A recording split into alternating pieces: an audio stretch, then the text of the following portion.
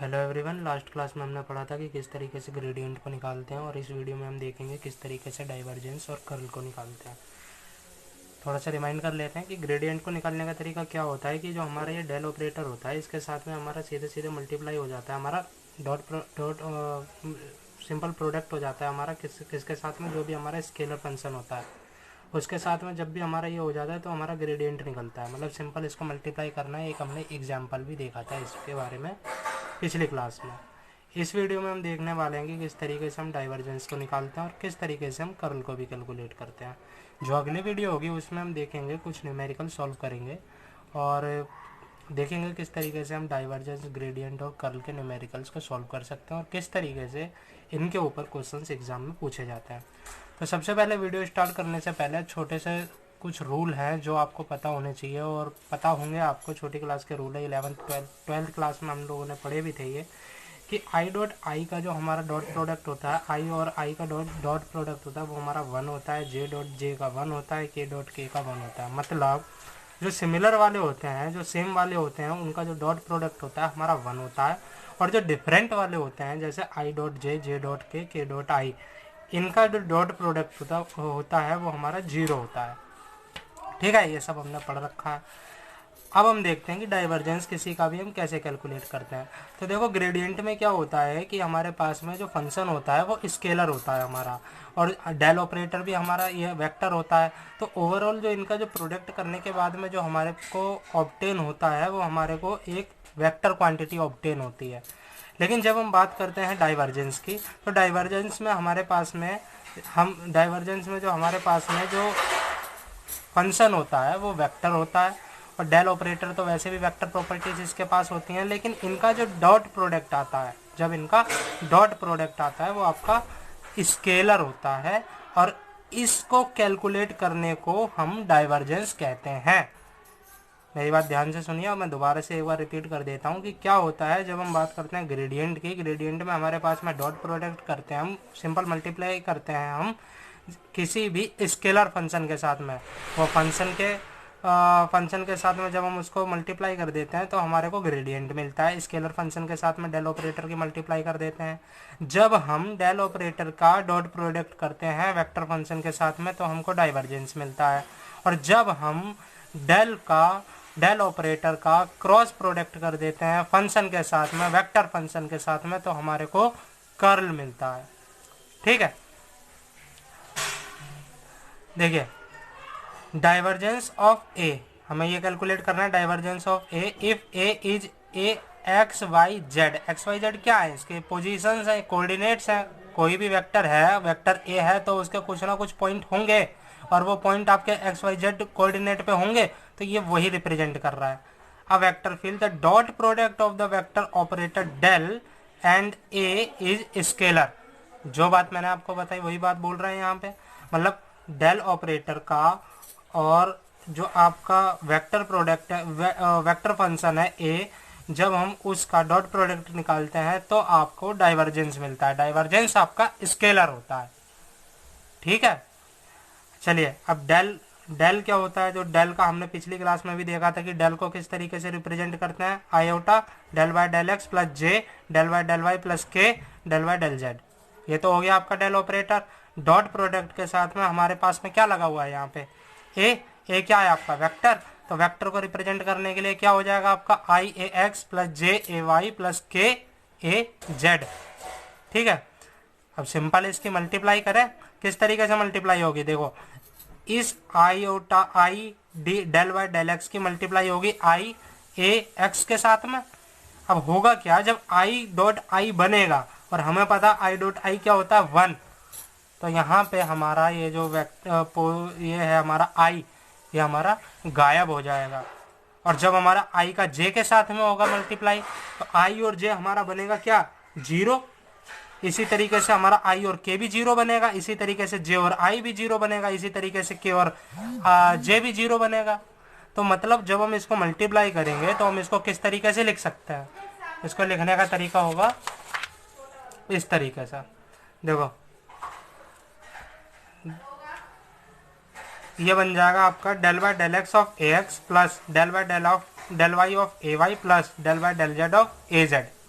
यहाँ से आपका ये आपका तरीका है डाइवर्जेंस निकालने का, किस तरीके से हम डाइवर्जेंस को कैलकुलेट करते हैं। अब देखिए क्या होता है कि अगर आपका डाइवर्जेंस ऑफ ए, अगर आप किसी चीज़ का डाइवर्जेंस कैलकुलेट कर रहे हैं और डाइवर्जेंस कैलकुलेट करते टाइम उसका डॉट प्रोडक्ट 0 आ जाता है तो उसको सोलिनोइडल कहते हैं। क्या कहते हैं? सोलिनोइडल कहते हैं। क्या होता है, कैसे होता है, सब आपको बताऊंगा, लेकिन जितना आपके काम की चीज़ें केवल उतनी मैं आपको बताऊंगा, फालतू का मैं आपको नहीं बताऊंगा, ताकि आप परेशान हो जाएं, एग्जाम में पूछा ना जाए और फालतू में आपका टाइम वेस्ट हो, मेरा टाइम वेस्ट हो। ये तो हो गया आपका किस तरीके से आप डाइवर्जेंस को कैलकुलेट करते हैं। पीछे हमने पढ़ा था किस तरीके से आप ग्रेडियंट को कैलकुलेट करते हैं। अब हम देखेंगे किस तरीके से हम कर्ल को कैलकुलेट करते हैं। देखिए कर्ल क्या होता है। यहाँ से हमने देखा ग्रेडियंट कैसे कैलकुलेट करते हैं। जब हम डॉट प्रोडक्ट करेंगे किसी भी वेक्टर के साथ में, हम डेल ऑपरेटर का डॉट प्रोडक्ट करेंगे तो हमारा डाइवर्जेंस मिलता है। जब हम डेल का किसी वेक्टर के साथ में क्रॉस प्रोडक्ट करेंगे तो आपको कर्ल मिलता है। ठीक है, चलिए देखते हैं कर्ल कैसे कैलकुलेट करें। अगर आप यहाँ पे ध्यान से देखें तो क्रॉस प्रोडक्ट किसी भी चीज़ का हम किस तरीके से कैलकुलेट करते हैं। क्रॉस प्रोडक्ट को निकालने के लिए हमारे पास में एक तरीका है कि इस तरीके से हम मैट्रिक्स बनाते हैं, जिसमें हमारा ऊपर क्या हो गया आई जे के, आपने करे ही हैं 12th क्लास में, बतेरे करे हैं आपने, क्रॉस प्रोडक्ट निकाले, फिजिक्स में भी करते हैं, मैथमेटिक्स में भी करते हैं। तो देखिए होता क्या है, डेल की जगह, डेल के लिए आप क्या लिखेंगे, del by del X, del by del Y, del by del Z. और इसके लिए आप क्या लिखेंगे, जो आपके पास में वेक्टर फंक्शन होगा, ये आपके पास में ए एक्स वाई जेड, या आपके पास में एक वेक्टर फंक्शन है, इसके लिए आप किस तरीके से लिखेंगे, ए एक्स ए वाई और ए जेड। ठीक है।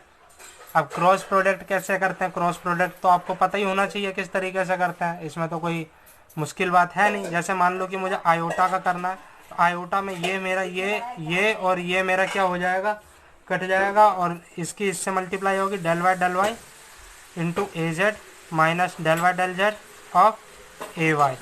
इसी तरीके से जब मैं ये निकालूंगा प्लस जे को लेके करूँगा तो क्या हो जाएगा मेरा, ये और ये गायब हो जाएगा, तो del Y del x into ए जेड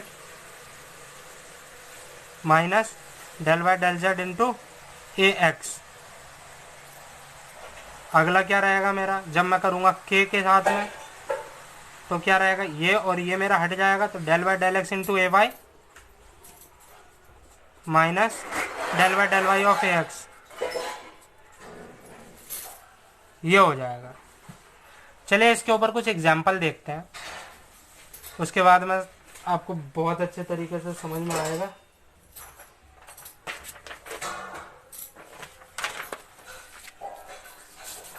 ये मेरे पास में एक एग्जाम्पल है, if a is equal to y square i plus 2xy plus z square j plus 2yz k, then calculate divergence of a at point 1 2 3। तो हमें पता है कि भैया किस तरीके से हमारे पास में डाइवर्जेंस का फॉर्मूला है। डाइवर्जेंस का फॉर्मूला आपके पास में क्या कहता है कि del dot a vector is equal to del Y del x a x plus del Y of A Y plus del Y del Z of A z. Calculate किया था हमने जब हमने मल्टीप्लाई किया था, उसका डॉट प्रोडक्ट किया था हमने वेक्टर के साथ में डेल ऑपरेटर का। अरे भाई यहाँ पर जब हमने किया था इसको मल्टीप्लाई किया था अंदर, इसको इससे ये सब करने के बाद में आपको फाइनल आंसर क्या मिला था, यही तो मिला था आपको, del Y del x of A x plus del Y of A Y plus del Y del Z of A z, यही तो मिला था। चलिए अब क्या हुआ कि यहाँ पर आपको क्वेश्चन कह रहा है कि हमारे को ए दे रखा है, मतलब ए वेक्टर आपको दे रखा है, कोई फंक्शन ए आपको दे रखा है, आपको कैलकुलेट करना है डाइवर्जेंस। आपको पास में पॉइंट दे रखे हैं 1 2 और 3, मतलब x इक्वल टू 1 पे, y इक्वल टू 2 पे और z इक्वल टू 3 पे आपको डाइवर्जेंस कैलकुलेट करना है। आपको पता है कि डाइवर्जेंस का फॉर्मूला क्या होता है, डाइवर्जेंस का फॉर्मूला होता है del dot a vector is equal to del Y del x of A x plus del Y of A Y plus del Y del Z of A z. ये आपके पास में formula है। ए x की जगह पे, ए Y की जगह पे और ए जेड की जगह पे आपको क्या रखना है, ए एक्स की जगह पे रखना है आपको ए एक्स की जगह पे रखना है आपको वाई स्क्वायर आई, ए एक्स की जगह पे रखना है आपको वाई स्क्वायर आई की मतलब यहाँ पे क्या रखना है आपको वाई स्क्वायर, और ए वाई की जगह पे आपको क्या रखना है, ए वाई की जगह पे आपको क्या रखना है, ए वाई की जगह पे आपको रखना है ये 2xy प्लस जेड स्क्वायर, और ए जेड की जगह पे आपको क्या रखना है, ए जेड की जगह पे रखना है आपको 2y जेड। ए एक्स ए वाई ए जेड की वैल्यू तो आपको गिवन है, तो फॉर्मूले में वैल्यू पुट करो, तो उसको डिफ्रेंशिएट करो, डिफ्रेंशिएट करने के बाद में आपको कुछ ये मिलेगा। कैसे ये मिलेगा, यहाँ पे आपको डिफ्रेंशिएट करना है विद रिस्पेक्ट टू एक्स, आपके पास में वाई स्क्वायर है, आपके पास में वाई स्क्वायर है, मतलब वाई स्क्वायर यहाँ पे एज अ कांस्टेंट ट्रीट होगा। जब ये एज अ कांस्टेंट ट्रीट होगा तो कांस्टेंट का डिफरेंशिएशन क्या होता है, जीरो, ये हो गया आपका जीरो। अब यहाँ पे देखो आपको with respect to y differentiate करना है, माने ये वाई के साथ वाली जो कांस्टेंट वैल्यू वो आ जाएगी आपके पास में 2x आ जाएगा, और इसका केस में क्या होगा, ये पूरा कांस्टेंट की तरह ट्रीट होगा, तो 2x प्लस जीरो होगा, तो जीरो मैंने लिखा नहीं तो 2x आएगा इसका करने के बाद में। बात करते हैं इसकी, जब आप इसको डिफरेंशिएट करेंगे तो z के साथ में यहाँ पे आपके 2y इसका कोएफिशिएंट है, इसके साथ में z का कोएफिशिएंट 2y है, तो 2y को मैंने लिख दिया। ओवरऑल मेरे पास में क्या वैल्यू मिली, मेरे को मिला 0 प्लस 2x प्लस 2y। अब आपको वैल्यू पुट करनी है, आपको निकालना था डाइवर्जेंस ऑन पॉइंट 1, 2 एंड 3 पर, मैंने x की जगह पे 1 रखना है, y की जगह पे 2 रखना है और z की जगह पे 3 रखना है। इसमें आप x y z की वैल्यू रख दो।